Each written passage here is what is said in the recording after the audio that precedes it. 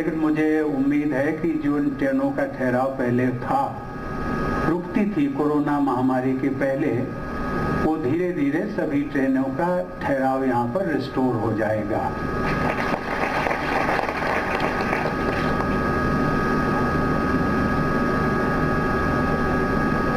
आप वहाँ पर हैं, ये लोग यहाँ पर हैं, मैं यहाँ पर हूँ। सही मायने में मैं इस मिट्टी से जहाँ आपके हैं वहीं मैं भी हूँ।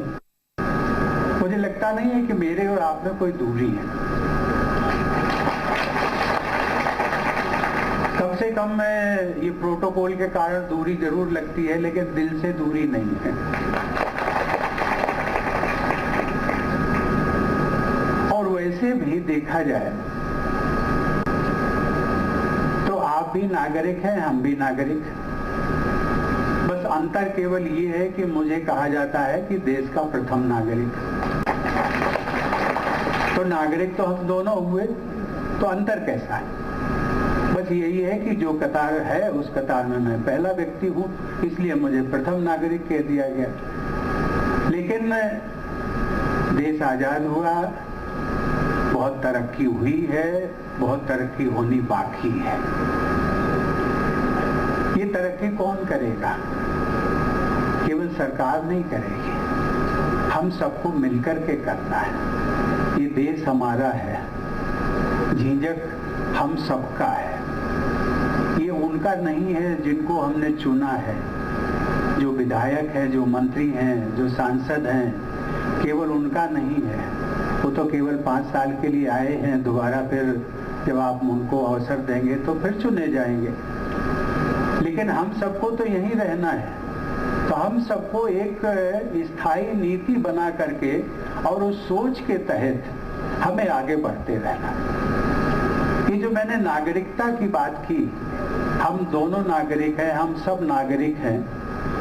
हम लोग अधिकारों की बातें बहुत करते रहते हैं। हमारा अधिकार है कि ये ट्रेन यहाँ ठहरनी चाहिए, हम रेलवे को इतना प्रॉफिट देते हैं, इतनी उनकी इनकम होती है।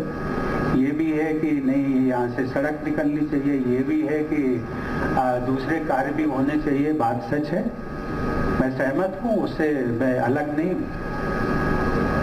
लेकिन कहीं न कहीं नागरिक होने के नाते हम सबके भी जो दायित्व है वो भी हम कभी कभी पुनर्विचार कर लिया करते हैं। संविधान में इसका उल्लेख दिया हुआ है, और जो पढ़े लिखे हैं वो पढ़ते भी हैं, लेकिन उस पर जो अमल होता है वो अमल नहीं हो पाता।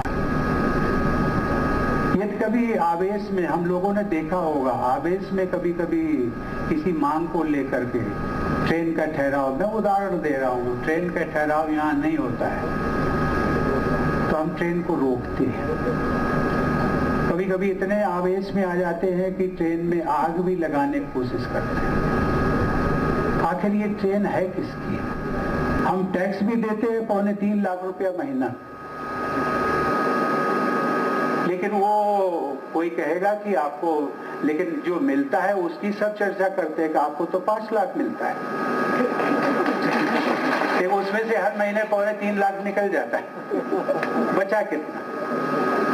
और जितना बचा उससे अधिक तो हमारे अधिकारी और उन सबको मिलता है कि जो टीचर्स बैठी हुई है ना, टीचर्स, उन सबको सबसे ज्यादा मिलता है।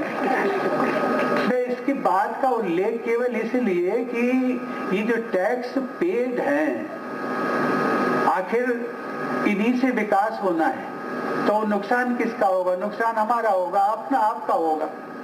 कहीं न कहीं धैर्य दे करके, कहीं न कहीं आवेश में, ये मैं राजनीति की बात नहीं करता हूँ, संवैधानिक पद पर हूँ, लेकिन मेरा किसी राजनीतिक दल से संवैधानिक पद पाने के बाद लगाव नहीं। मेरे लिए हर, चाहे वो कांग्रेस हो, बीजेपी हो, जेडीयू हो, समाजवादी हो, बीएसपी हो, हर राजनीतिक दल के। और मुझे कभी कभी संतोष होता है कि शायद मेरे से जो दूसरे दलों के लोग हैं वो ज्यादा आत्मीयता और प्यार करते हैं। मैं इस बात का केवल उल्लेख इसलिए किया कि राजनीतिक दल आते हैं, विकास की बात करते हैं, सब कुछ करते हैं अपने, उसमें उनका स्वार्थ भी होता है, देश क्षेत्र का भी स्वार्थ है, आपका भी स्वार्थ है, देश का भी स्वार्थ है। लेकिन कम से कम आप तो उस स्वार्थ से ऊपर उठे, आप ऊपर उठेंगे, सोच समझ करके आप वोट करते हैं और ठीक से जो वोट करते हैं। लेकिन ये जो मेरा इतनी ही है आपसे प्रार्थना और अपील कि उस पर निष्पक्ष होकर के कौन क्या कह रहा है, ये जो समझदारी में जब नागरिकता की बात कर रहा था, नागरिक की बात कर रहा था, तो मेरी आप सबसे अपील यही है कि आप समझदार और जागरूक नागरिक बने। और जब देश का हर नागरिक समझदार और जागरूक नागरिक बनेगा तो मुझे लगता है कि देश के विकास की रफ्तार तेज होगी। आज कभी कभी लोग कहते हैं कि हमारी जो पीढ़ी है इससे पुरानी पीढ़ी जो थी वो ज्यादा सुखी थी। बात भी सच है, देखने में भी आती है।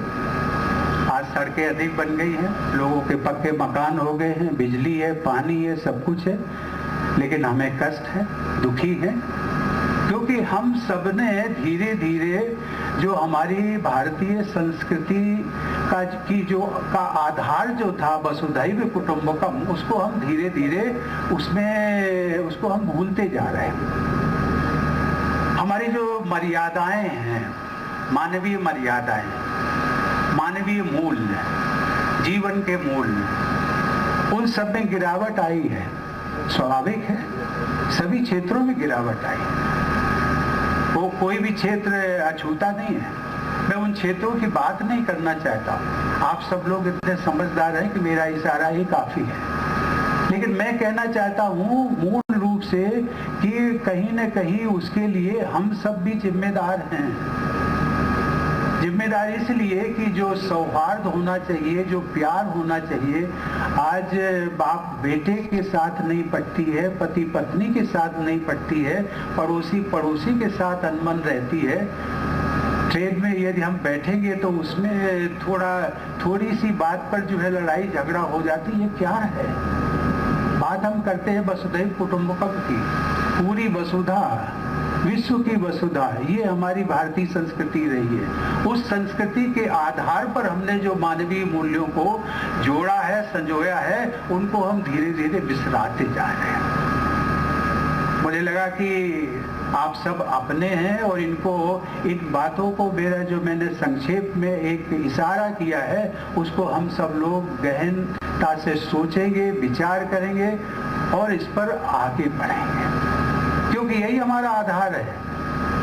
ये धन दौलत पद प्रतिष्ठा और कहाँ होता है, क्योंकि आज हमें एक चेतना इस प्रकार की जागरूकता, इतनी जागरूकता आ गई, लेकिन वो गलत जागरूकता है जिसमें हम कहते हैं overnight, everybody wants to be rich overnight. रातों रात हम पद मिले, प्रतिष्ठा मिले बिना संघर्ष के। ऐसा भी नहीं कि संघर्ष करने के बाद मिल जाता, ये भी सही नहीं है। न जाने कितने लोग संघर्ष करते रहे। लेकिन एक खुशी की बात जो मैं सबके साथ ये जरूर कहूंगा अंत में कि हम आ तो गए थे समय पर, लेकिन विलंब से हम जा रहे हैं।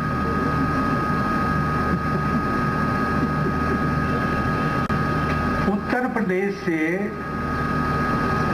राष्ट्रपति बनने का एक रास्ता खुल गया है।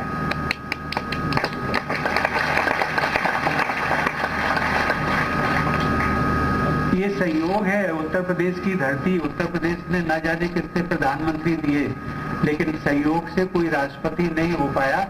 इसलिए मैं कहता हूं कि उत्तर प्रदेश की धरती की ये पूर्ण है और आप सबका आशीर्वाद है जिसके लिए रास्ता खुला है। मैं तो आप सबको संकेत कर रहा हूं कि जो आप लोग बैठे हैं या उत्तर प्रदेश के लोग बैठे हैं, कहीं न कहीं यदि आप अपने संघर्ष और कृतित्व, एक ऐसा अनुकरणीय कृतित्व लेकर के यदि आप चलेंगे तो आप कहां से कहां तक पहुंच सकते हैं। मेरी बहुत बहुत शुभकामनाएं, आप सबका मुझे आशीर्वाद मिला। मुझे बहुत प्रसन्नता है। और ये भी मित्रों बात सच है कि सहयोग जब होता है, समय मिलता है, तब वो सब चीजें मिल जाती हैं और उसी के आधार पर मिलना भी होता है। नहीं तो मैं तो पिछले 3 वर्षों से सोच रहा था झींझक आने का मौका मिले, परौंठ जाने का मौका मिले। 2019 से लगातार प्रयास कर रहा था, नहीं बना। पिछले वर्ष कोरोना का आ गया। अभी इस वर्ष भी जब प्रोग्राम बन नहीं पा रहा था, लेकिन फिर भी मैंने कहा कि नहीं, हम जाएंगे, इस बार हम जरूर जाएंगे। लोगों ने कहा बरसात शुरू होने वाली, मैंने कहा होने दो बरसात। मैंने कहा बरसात में लोग तो काम करते हैं ना, जब हम जाएंगे तो वो भी मिलेंगे, हम मिलेंगे वो भी मिलेंगे। लेकिन मैं फिर आशा के साथ में, इस उम्मीद के साथ में जा रहा हूं कि आप सब लोग स्वस्थ रहें, सुखी रहें। अंत में एक प्रार्थना जरूर करूंगा। कोरोना महामारी अदृश्य महामारी है, ये दिखाई नहीं पड़ती है, ये पता नहीं है। मुझे खुशी है कि हमारे मीडिया के लोग यहाँ पर सभी मास्क लगाए हैं। मास्क मत छोड़िए, घर में हो तो चल सकता है, घर के बाहर है तो मत अभी छोड़िए। अभी तीसरी लहर की बात आ रही है, अनसर्टेनिटी है, कुछ नहीं कहा जा सकता है और हमें अपने को यदि सावधान रखना है तभी हम इससे बच सकेंगे। इस प्रार्थना के साथ में आप सबका मुझे आशीर्वाद मिला। मैं सबके लिए आप सबको प्रणाम करते हुए मैं आप सबसे विदा लेता हूं। धन्यवाद। तो देश के राष्ट्रपति